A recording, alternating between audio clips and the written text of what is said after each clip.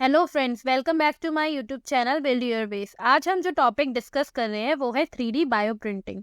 ये एक रिवोल्यूशनाइजिंग medical technology है जिसके बारे में हम अच्छे से डिस्कस करेंगे कि आखिर ये क्या होती है और कैसे वर्क करती है।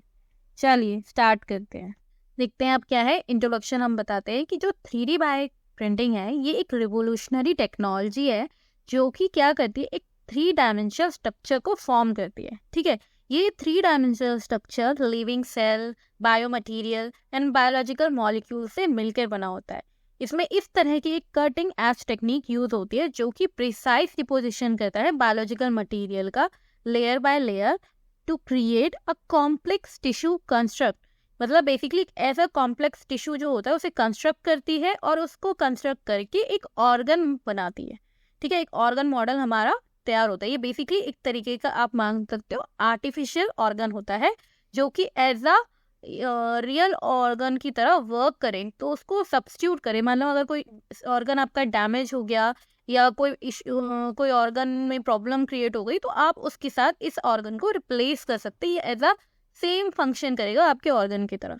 ठीक है, देखो थोड़ा और समझते हैं। इस पिक्चर के थ्रू अगर आप देखेंगे तो आपको समझ में आएगा कि किस तरीके से ये फॉर्म हो रहा है। ठीक है, तो यहाँ पे क्या होता है ना, 3D बायो प्रिंटिंग ये एक प्रोसेस है जो कि क्रिएट करती है लिविंग टिश्यू को और ऑर्गन को by using biomaterials and living cells. ठीक है, ये टेक्निक क्या है ना, ये टेक्नोलॉजी बेसिकली हमें अलाउ करती है प्रिसाइज प्लेसमेंट करने का सेल्स का और मटेरियल का इस तरीके से कि वो एक बायोलॉजिकल स्ट्रक्चर फॉर्म कर सके। लाइक जैसे मैंने बताया, आर्टिफिशियल ऑर्गन बना सके, फंक्शन करे, एज अ सेम फंक्शन करे वो हमारे नेचुरल बायोलॉजिकल ऑर्गन के जैसे। ठीक है, 3D बायो प्रिंटिंग के कई सारे एप्लीकेशंस हैं, उसमें से जो यहाँ पर हम जो एप्लीकेशन डिस्कस कर रहे हैं वो है मेडिसिन में। ठीक है, 3D बायो प्रिंटिंग में एक ऐसा पोटेंशियल होता है ऑर्गन ट्रांसप्लांटेशन का। ये क्या करता है कि ये ऑर्गन को इस तरीके से कस्टमाइज करता है कि वो जो रेसिपेंट है उसके लिए बायोलॉजिकल कंपैटिबल हो जाए, ताकि जो अगर आप नॉर्मल ऑर्गन ट्रांसप्लांटेशन कर रहे होते हो तो उसके लिए कई सारी कंडीशंस को फॉलो करना पड़ता है। लाइक वो उसके लिए कंपैटिबल है या नहीं, कि अगर बॉडी उस ऑर्गन को रिजेक्ट कर रही है या नहीं, ये बहुत सारी ऐसी कंडीशंस होती हैं ऑर्गन ट्रांसप्लांटेशन के टाइम पे। तो वो सारी चीज़ें मैच करने के लिए प्रॉब्लम्स आ जाती है। तो वो प्रॉब्लम को दूर करने के लिए ये हमारा 3D बायो प्रिंटिंग एक रिवोल्यूशनरी मेथड है, या कह सकते हैं एक रिवोल्यूशनरी टेक्निक है जो कि ऑर्गन ट्रांसप्लांटेशन में हेल्प करती है। ठीक है, इसके अलावा जो ये हमारे जो टिश्यू मॉडल्स क्रिएट कर सकता है कोई ड्रग टेस्टिंग के लिए या डिजीज रिसर्च के लिए। लाइक सपोज किसी कोई ड्रग टेस्ट करना है तो हम उसके लिए एक आर्टिफिशियल ये टिश्यू मॉडल का यूज़ कर सकते हैं, ताकि चेक कर सकते हैं कि वो ड्रग का इफेक्ट कैसा है, पॉजिटिव नेगेटिव है, या फिर डिजीज पे भी हम इसकी डिस्कवरी कर सकते हैं। इसके लिए हमें पर्टिकुलरली ह्यूमंस पे टेस्ट नहीं करना पड़ेगा, उसके लिए हम यहाँ पे एक नॉर्मल टिश्यू मॉडल की तरह इसे यूज कर सकते हैं। ठीक है, 3D बायो प्रिंटिंग में बहुत सारे एडवांटेज हैं, लेकिन उसके साथ साथ कुछ ऐसे चैलेंजेस एंड लिमिटेशंस भी हैं, जैसे कि वस्कुलराइजेशन। वस्कुलराइजेशन क्या होता है, इसका मतलब होता है creation of the blood vessel network with in the printed tissue. मतलब जो भी आपका जो प्रिंटेड टिश्यू ऑर्गन बन रहा होता है उसमें जो ये ब्लड वेसल नेटवर्क है उससे क्रिएट करना ही एक बहुत ज़्यादा क्रिटिकल चैलेंज होता है 3D बायो प्रिंटिंग में, क्योंकि विदाउट प्रॉपर वस्कुलराइजेशन जो टिश्यू है ना उसमें प्रॉपर सप्लाई नहीं हो पाते न्यूट्रिएंट और ऑक्सीजन। ठीक है, जिसकी वजह से क्या होता है कि सेल डेथ हो जाती है, टिश्यू इंटीग्रेशन बहुत पुअर होता है। इसके लिए बहुत सारे रिसर्चर्स लगे हैं कि कई सारे टेक्निक्स वो यूज़ कर रहे हैं इस प्रॉब्लम को या इस चैलेंज को इशू एड्रेस करने के लिए। तो उन्होंने कुछ ऐसे वो इसके लिए कुछ ऐसे बायो एक्टिव मटीरियल्स भी यूज़ करते हैं जो कि ब्लड वेसल फॉर्मेशन को प्रमोट करें, और कुछ ऐसे जो को प्रिंटिंग एंडोथेलियल सेल्स होती है जो कि क्रिएट करते हैं प्री वेस्कुलर नेटवर्क। ऐसे ही बहुत सारे इश्यूज हैं, चैलेंजेस हैं, उनको सॉल्व करने के लिए कई सारे रिसर्चर अभी भी लगे हैं इस पे रिसर्च करने में। ठीक है, दूसरा होता है cell viability. Maintaining cell viability through 3D bio printing process बहुत ही ज़्यादा क्रुशियल होता है। ठीक है, क्योंकि जो मतलब टिश्यू इंजीनियरिंग एप्लीकेशंस की सक्सेस होने के लिए बहुत ज़्यादा इंपॉर्टेंट होता है। जैसे कुछ होते हैं कि जब कोई टिश्यू ऑर्गन फॉर्म हो रहा है तो उस टाइम पे कोई स्ट्रेस ना हो प्रिंटिंग के टाइम पे, या कोई भी हाई टेम्परेचर का एक्सपोजर ना हो, यूवी लाइट ना हो। इसकी वजह से सेल डेथ हो सकती है, सेल डेथ हो सकती है, बहुत सारी प्रॉब्लम्स होती है। तो इंश्योर करना होता है कि सेल वायबिलिटी है या नहीं करके, ठीक है।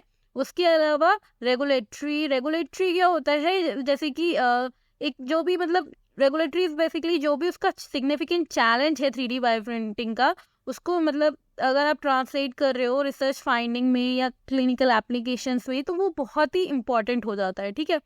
तो एडिशनली ये बहुत कॉस्ट इफेक्टिवनेस तो है नहीं अभी, ये आप इजीली नहीं हो पाता। तो हमें इसको भी फेस करना है कि इसे इस तरीके से डेवलप करना है इस टेक्निक को कि आपके लिए कॉस्ट इफेक्टिव हो जाए, इजीली अवेलेबल हो जाए और हर कोई इसको कर सके, ठीक है। अगर मतलब जब आपको नीड है उस टाइम पे ये आपको इजीली अवेलेबल हो जाए, ज़्यादा कॉस्टली ना पड़े। तो ये थोड़े से चैलेंजेस हैं जो इसको अभी एड्रेस कर रहे हैं साइंटिस्ट, और आगे भी इस पे डेवलपमेंट करते रहेंगे। फिलहाल के लिए अभी हमारे चैलेंजेस हैं और लिमिटेशंस है इस 3D बायो प्रिंटिंग के, ठीक है। इसके अलावा बायो प्रिंटिंग मटेरियल्स में अगर आप बात करें तो इसमें कुछ हाइड्रोजेल्स होते हैं, बायो इंक्स होती हैं और कुछ बायो कंपैटिबल पॉलीमर्स होते हैं जो कि प्रोवाइड करते हैं स्ट्रक्चरल सपोर्ट और एनवायरनमेंट सेल ग्रोथ के लिए, ठीक है। ये जो मटेरियल्स होते हैं ये सेलेक्टेड होते हैं mimic the natural extra cellular matrix of the tissue. मतलब ये ऐसी एक्टिंग या कह सकते हो या ऐसा आर्टिफिशियल सप्लीमेंट होते हैं जो कि नेचुरल एक्स्ट्रा सेलुलर मैट्रिक्स की तरह वर्क करते हैं, ठीक है, टिश्यूज के। फ्यूचर पॉसिबिलिटीज की बात की जाए तो देखो 3D बायो प्रिंटिंग एक बहुत ही प्रॉमिसिंग टेक्नोलॉजी है जो कि हमें अभी तक समझ में आया है। इसका यूज़ मेडिसिन में, रीजनरेटिव थेरेपीज में और कई सारे मतलब इसका कई सारे पोटेंशियल है प्रिंटिंग में कि हो सकता है फ्यूचर में ये पूरा का पूरा एक ऑर्गन प्रिंट कर सके, ठीक है। तो ये अगर ऐसा हो जाएगा तो ये टेक्नोलॉजी ट्रांसफॉर्म कर सकती है जो फील्ड ऑफ मेडिसिन का है, जो कि आने वाली फ्यूचर में होगा। उस टाइम की टेक्नोलॉजी को बहुत ज़्यादा एडवांस कर सकती है अगर ये टेक्निक पूरी की पूरी सक्सेसफुल हो जाएगी और ये जो इसकी फ्यूचर पॉसिबिलिटीज़ है वो कंप्लीट हो जाए। क्योंकि अगर ये हो जाता है तो आपकी बहुत सारी इश्यूज, बहुत सारे प्रॉब्लम्स सॉल्व हो जाएंगे। लाइक बहुत सारी मेडिसिन बन जाएंगी और क्या कहते हैं आपके ये रीजनरेटिव थेरेपी से हम कई सारे ऐसे, जैसे सपोज किसी का कोई ऑर्गन प्रॉब्लम कर रहा है तो हम उसे वो ऑर्गन 3D प्रिंटिंग से बना के दे सकते हैं। और कई सारी चीज़ें हैं। और डिजीज़ है, डिजीज़ में भी अगर आप लेंगे तो सपोज कुछ डिजीज़ है जिनके अभी भी ट्रीटमेंट के इलाज मेडिसिन वगैरह चल रही हैं, अभी भी रिसर्च चल रही है उस पर, तो वो भी हम इसके थ्रू सॉल्व कर सकते हैं, ठीक है। देखो इतने ज़्यादा एडवांटेज हैं 3D बायो प्रिंटिंग के, तो ऑब्वियसली बात है इसमें कुछ एथिकल कंसर्न्स तो क्रिएट होंगे ही होंगे। ऐसे कुछ क्वेश्चंस तो रेज होंगे ही जो कि इसको एथिकली प्रॉब्लम क्रिएट करेगी, एथिकली इसकी कंसर्न हो। तो जैसे कि ओनरशिप की बात आती है कि अगर कोई भी ऑर्गन, क्योंकि हमें पता है कि जब ऑर्गन इसमें फॉर्म हो रहा है वो एज क्या कहते हैं बायोलॉजिकल मटेरियल से ही बन रहा है, तो वो बायोलॉजिकल मटेरियल का ओनरशिप कौन है, वो क्या करता है, देन ये थोड़े से इश्यूज आते हैं। और उसका उस बायो प्रिंटिंग ऑर्गन में कितना इक्विटेबल एक्सेस है कि वो उस जो भी हमारा ऑर्गन या टिश्यू फॉर्म हो रहा है उसमें उसका कितना रोल है। एंड जो मॉडिफिकेशन अगर ह्यूमन टिश्यूज में किया जा रहा है तो ऑब्वियसली ये भी एक तरीके का क्या कहते हैं एथिकल कंसर्न हो जाता है, ठीक है। ये इसेंशियल है कि इन सारे एथिकल कंसर्न्स को भी एड्रेस किया जाए, ठीक है। ये इसमें एक एडवांटेज जो है इस टेक्नोलॉजी का, इसमें ये कुछ कंसर्न्स आ रखे हैं, ठीक है। क्योंकि होता है कि यार अब उसमें जैसे हमें पता है कि हमें बायोलॉजिकल मटेरियल चाहिए, तो वो जो बायोलॉजिकल मटेरियल चाहिए वो कहाँ से आएगा, कौन उसका ओनरशिप होगा, और उसमें अगर किसी ने उसे दिया है तो ऑब्वियसली बात है तो ये क्वेश्चन भी आएगा कि उसका उस प्रिंटेड बायो प्रिंटिंग ऑर्गन में कितना इक्विटेबल एक्सेस है उस तो, और वो कितना मॉडिफिकेशन हो रहा है, ये सब कुछ आप एथिकल कंसर्न क्रिएट करता है, ठीक है। इसके अलावा अगर आप कोलैबोरेटिव रिसर्च की बात करें तो जो कोलैबोरेशन होता है वो साइंटिस्ट, इंजीनियर और मेडिकल प्रोफेशनल्स के बीच होता है। क्योंकि देखो 3D बायो प्रिंटिंग एक टेक्नोलॉजी है और टेक्नोलॉजी के लिए आपको इंजीनियर चाहिए ही चाहिए और मेडिकल प्रोफेशनल इसलिए चाहिए ताकि वो जो ऑर्गन या टिश्यू है उसकी जो प्रिंटिंग के लिए जो प्रोसेस है उसे बहुत अच्छे से विजुलाइज कर सकें, और वो दोनों ही मिलकर इस एक ऐसी इंटरडिसिप्लिनरी टीम बनाते हैं जो कि कई सारे टेक्निकल चैलेंजेस और इसकी जो प्रोसेस है इस फील्ड में उसे एक्सेलरेट कर देते हैं। ठीक है, तो बेसिकली ये scientist, engineer and medical professional का कोलैबोरेशन है।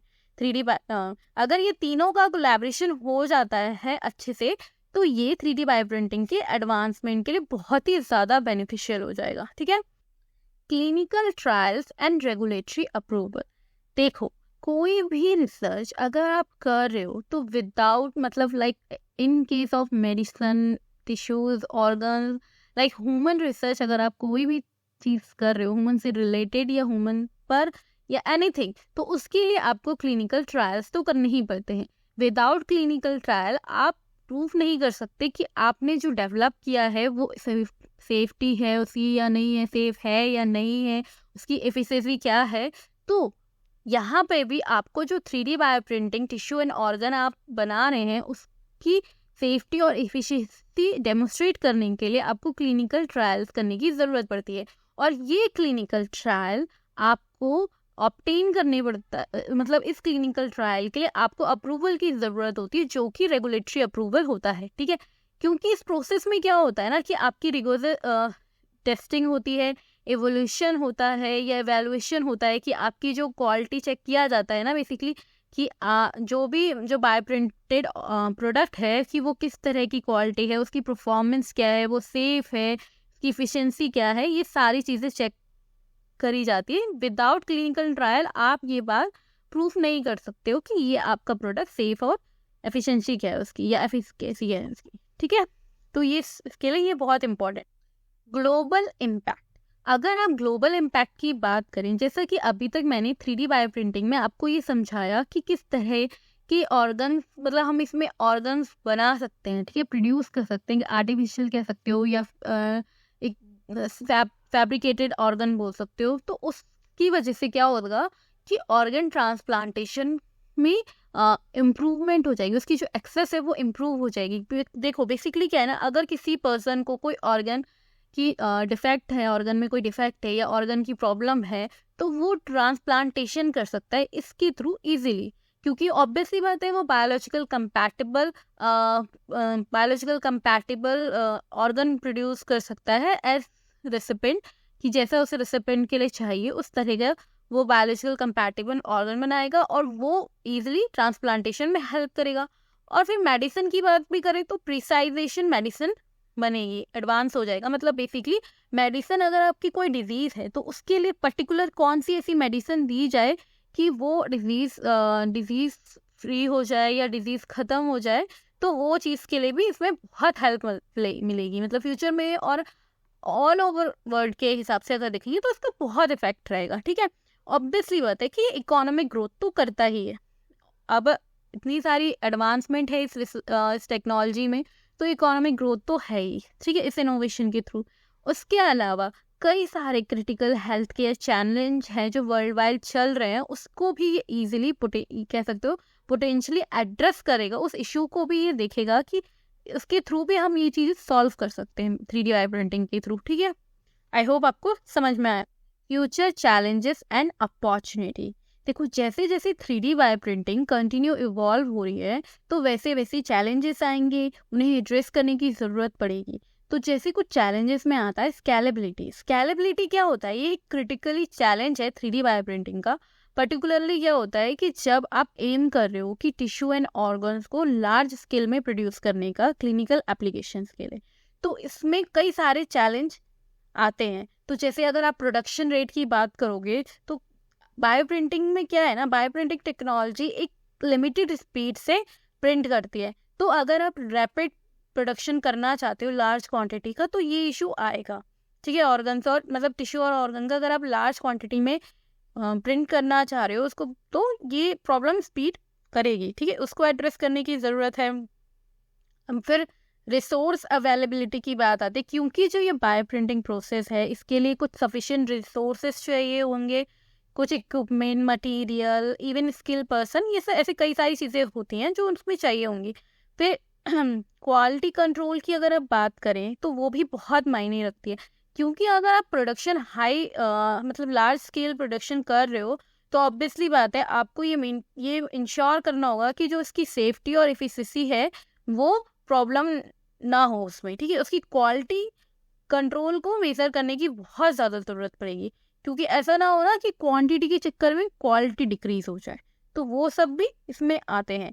फिर रेगुलेटरी फ्रेमवर्क्स की अगर आप बात करते हैं तो रेगुलेटरी फ्रेमवर्क्स क्या होता है, जैसे कई सारी ऑर्गेनाइजेशंस होती हैं, ठीक है, बहुत सारी एजेंसीज होती है, उनकी गाइडलाइंस होती है जो फॉलो करनी पड़ती है इनके लिए, बायोप्रिंटेड प्रोडक्ट्स के लिए, ठीक है। जैसे अगर आप यूएस की बात करेंगे तो फूड एंड ड्रग एडमिनिस्ट्रेशन है, वो इसके जो बायोप्रिंटेड टिश्यू एंड ऑर्गन्स हैं उनको ओवरसी करेगा, जो कि अगर आप क्लिनिकल यूज़ के लिए कर रहे हैं तो ये चेक करेगा कि एफडीए चेक करेगा कि ये टिश्यू एंड ऑर्गन्स जो यूज़ हो रहे हैं ये कोई प्रॉब्लम नहीं है, ये सही है, इनकी रिक्वायरमेंट ठीक है। तो क्लिनिकल ट्रायल्स के लिए इन सारे ऐसे डिफरेंट रेगुलेटरी फ्रेमवर्क की गाइडलाइंस को भी फॉलो करना ही पड़ेगा, ठीक है। फिर सस्टेनेबिलिटी की बात करी जाती है तो सस्टेनेबिलिटी भी बहुत सारा कंसर्न क्रिएट करता है 3D बायो प्रिंटिंग के लिए। जैसे जैसे जैसे ये फील्ड ग्रो होगा, मूव करेगा वाइड स्प्रेड एप्लीकेशंस के, मतलब कई सारे एप्लीकेशंस में ये यूज़ होना शुरू करेगा, तो बहुत सारी प्रॉब्लम्स आएंगी। जैसे मटेरियल्स की, कि अब जो हम ऐसे मटेरियल को डेवलप कर रहे हैं जो कि बायोडिग्रेडेबल हो या रिन्यूएबल हो, इस तरह की चीज़ें हमें करने की भी, मतलब ये चीज़ें हमें कंसीडर करना पड़ेगा कि हम इस तरह के मटेरियल यूज़ करें जो कि डिग्रेडेबल हों या रिन्यूएबल हों। अगर आप कोई ऐसा ऑर्गन बना रहे हो, ठीक है, मटीरियल ऐसा कुछ भी ऐसा ऑर्गन या टिश्यू बना रहे हो जो यूज़ ना हो या किसी वजह से प्रॉब्लम हो गई हो, तो आप उसे डिग्रेड करके दोबारा मतलब वो बायोडिग्रेडेबल होना चाहिए वो, ठीक है। तो उस तरह के मटेरियल्स की बात हो रही है।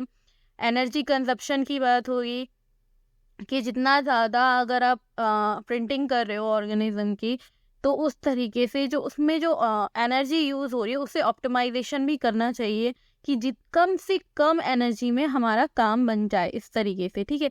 वेस्ट मैनेजमेंट ना हो, और क्या कहते हैं लाइफ साइकिल जो उसकी चल रही है सेल की, वो भी असेसमेंट क्लियरली करना चाहिए कि इन्वायरमेंट की लाइफ साइकिल पे कोई इफेक्ट ना पड़े, ठीक है, ये इम्पैक्ट ना डाले बैटरी। क्योंकि अगर आप ये रॉ मटेरियल इसका आप ले रहे हो किसी टिश्यू या ऑर्गन, तो उसकी वजह से कोई और हिंड्रेंस क्रिएट ना हो, तो ये सारी चीज़ें भी मेंटेन करने की ज़रूरत है, ठीक है। अब इन सारे चैलेंजेस को एम्ब्रेस करके हम आगे अपॉर्चुनिटी प्रोड्यूस करेंगे इनोवेशन के लिए, और इम्प्रूवमेंट के लिए हेल्थ केयर, क्योंकि हमें ये सारी चीज़ें मेंटेन करके आगे बढ़ते चलना है, ठीक है। आई होप आपको ये क्लियर हो गया होगा कि हमारा 3D बायो प्रिंटिंग क्या है, कैसे वर्क करता है, कौन कौन से चैलेंजेस आते हैं।